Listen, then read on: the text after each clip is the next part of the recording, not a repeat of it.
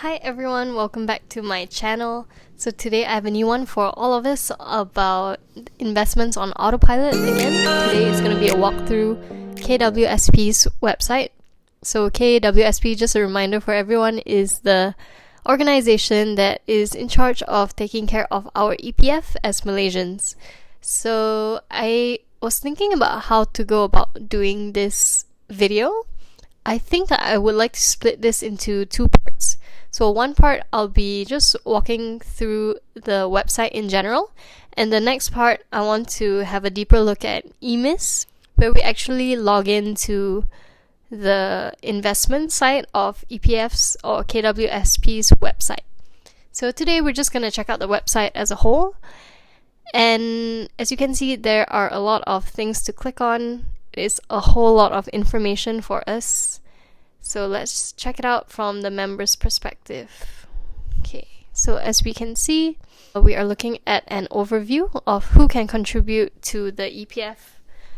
So you do have to be an EPF member in order to contribute, and they tell you all about how many members there are, how many of them are active, and how many employers there are contributing to the EPF. So again, they tell us how much we are contributing, 11%. I think a couple of years ago they gave us a choice whether we wanted to contribute 8 or 11%. I think they took away that option completely. I think that's a great idea. 11% is a good amount to contribute per month, because you cannot trust us to be very logical about our money. If we see it, we are most likely to spend it, so it's best to tuck it away. And EPF is one of the ways where our money gets tucked away without us even noticing. Or maybe we do notice, but we cannot do anything about it. Yeah, so there are a whole lot of information. So let's look at contribution, assuming we're already EPF members. Here they are showing us the different ways we can voluntarily contribute. And last week I mentioned self-contribution, where we can top up the amount that we are actually putting in our EPF. And where is it? It says we can do it online via internet banking, Maybank, Public Bank, CIMB, Kuwait Finance House. Those are some of the banks, or all of the banks, that enable us to do it online. There are also bank agent counters, EPF counters. So take note of what is allowed. So like at EPF counters, we can only use cash up to a maximum of 500. Other than that, or on top of that, exceeding that, they would like you to bring a check. And there's no minimum, but there is a maximum for yearly contributions. Oh, interestingly enough, it says here for all contributions, whether it's self-top-up, i-saraan, i-suri, or top-up savings for a loved one. Okay, so let's have a look at what those other options are. So i-saraan and i-suri are some alternatives. So i-suri, here you can see a homemaker. This is enabling housewives to actually opt in for EPF contribution. So the government will match the contribution of 200. I haven't really fully read this, so I guess let's read it together. I guess the first year it says the government will contribute 200 when you contribute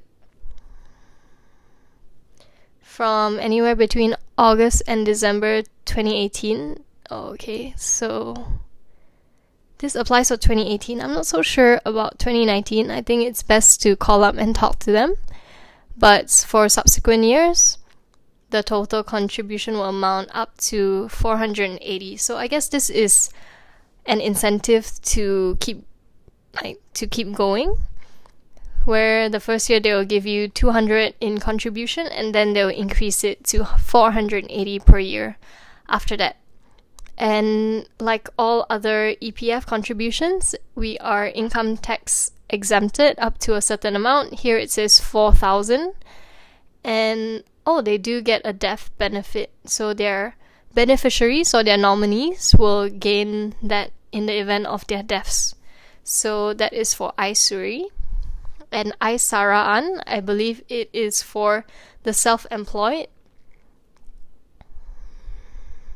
Okay, yeah, having a look here, allow members who are self-employed and do not earn a regular income to make voluntary contributions. So this one, you will receive 15% government contribution, a maximum of 250 per year, 250 ringgit. So there are maximums to this. And again, there are, 4,000 ringgit worth of income tax exemption. And yeah, if you continue to read, this will tell you everything. The website is pretty simple, pretty easy to navigate. Let's have a look. What else is there? Yeah, so top-up savings contributions. You can contribute to, your loved ones. Usually it's all family, right? Wife to husband, husband to wife, parents to children, or children to parents.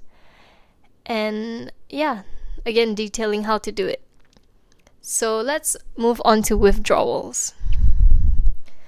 Here are all the things that we can do partial withdrawals of our EPFs for, and they all come out of account 2, as we can see here, account 2.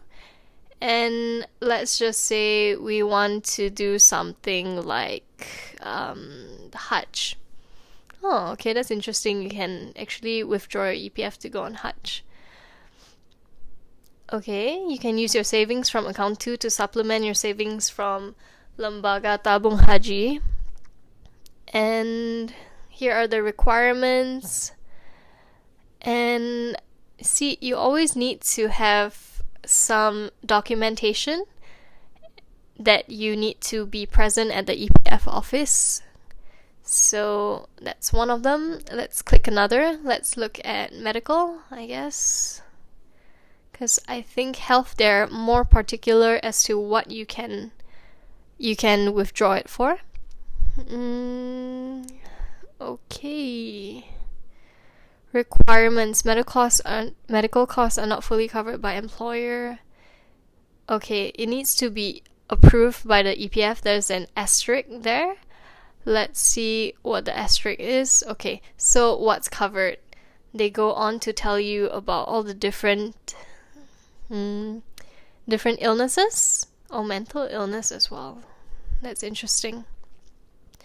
So you can withdraw if you have any of these conditions. And again, you need to apply to do it. There's a whole amount of checklists. It looks longer than the other one. You need a medical report, things like that. Okay. So let's just look at nomination here. So nomination is who will be our beneficiaries for our EPF. So in the event that we pass away, these are the people, or this is the person we're going to nominate. And in order to nominate, you're going to need to go to the EPF or KWSP office to do that. You cannot submit it online. And here are all the details, and they also tell you in the event no nominee has been appointed, their eligible heirs can submit a death withdrawal application. So there are options, but why make it difficult for our loved ones? Just nominate somebody that we trust who will be the recipient of our money. Okay, let's go back. Investments. This is something we will cover in the next video, but this is a very interesting part, at least to me. Yeah, it is very interesting because it shows us what we can invest in using our EPF's money, and it comes from account 1. And it is what is in excess of our savings. I think we can have a look at that. Okay, let me see where to look at it.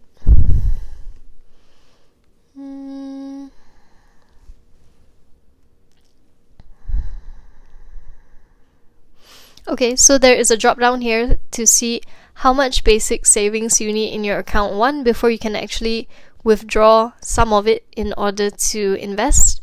So let's say, take for example, I'm 27. I need at least 24,000 in my EPF funds right now before I can actually do that EMIS option. And obviously, they're not going to take the full amount of your excess savings. They're going to only use 30% of your excess savings to invest. And yeah, that is to ensure that we're not going to invest away all our money, because when we invest, there is a risk to it. But when our money is with EPF, we are guaranteed at least a 2.5% dividend rate per year. So it is still lower than the risk-free rate at the bank that we get from fixed deposits, but EPF is the next less risky option for us to put our retirement savings. And yeah, okay, they have retirement advisory services, so people you can contact free of charge. Woohoo! Okay, yeah, that's a good win. And you can do things like calculate your retirement. Adobe Flash Player is blocked. Okay, so I guess if you enabled that, you can do that. But there are calculators here for you to play around with. There is a whole lot of information that you can find on the EPF website, and I talked about facts and figures the last time, so check out publications for their annual reports. Okay, so here is the annual report section, and there are lots of information here. So you can actually look at it from, let's just say you want to look at the message from the chairman. So the chairman of the company, what did he say? So there's really a lot of things to read, and I guess in the chairman's statement you can kind of find out bits and pieces about how EPF did in the year of 2018, or whichever year you're looking at. So if you just have a look, it can just tell you some of the gist of what happened. So if you just read the first one, it was a bittersweet start to 2018. We declared our first two maiden and record-breaking dividends for 2017 in early February. And then the EPF PJ building caught on fire. Oh my gosh. Yeah, so they give you an overview of what happened. And, they give you an economic overview as well. Like here it says there were downside risks to the global economy, particularly in the second and fourth quarters due to market uncertainties arising from trade conflict between US and China.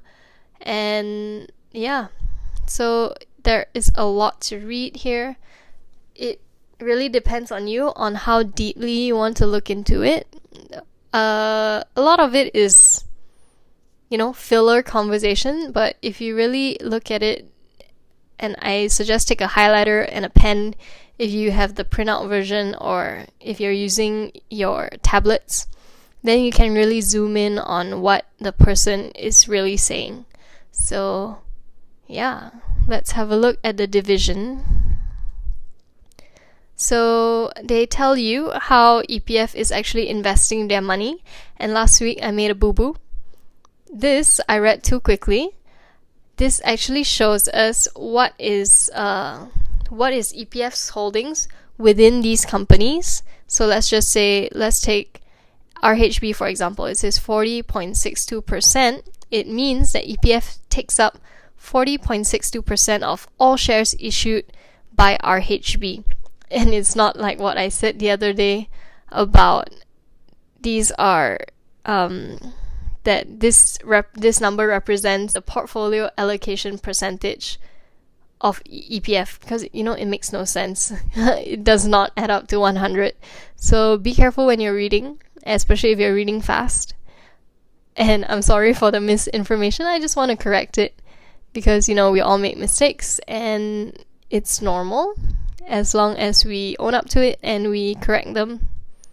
So yeah, my bad there. Okay, so again, more information, you can check it out. Let's see, there are a whole lot of ways to reach them, connect with them, give them a call, give them a call. Yeah, I think that would be the best way. Or go and see them. Their office and kiosks that you can see, and they'll tell you where it is. So let's just say you're from KL, you look for a kiosk. They tell you where it is. Pretty handy. You want to look for an office. You can see where they are. And yeah, lots of things here. I think let's stop the video here for today, and we'll move on to this part next week. Until then, I will see you in the next one. I hope you enjoyed this. Bye, everybody.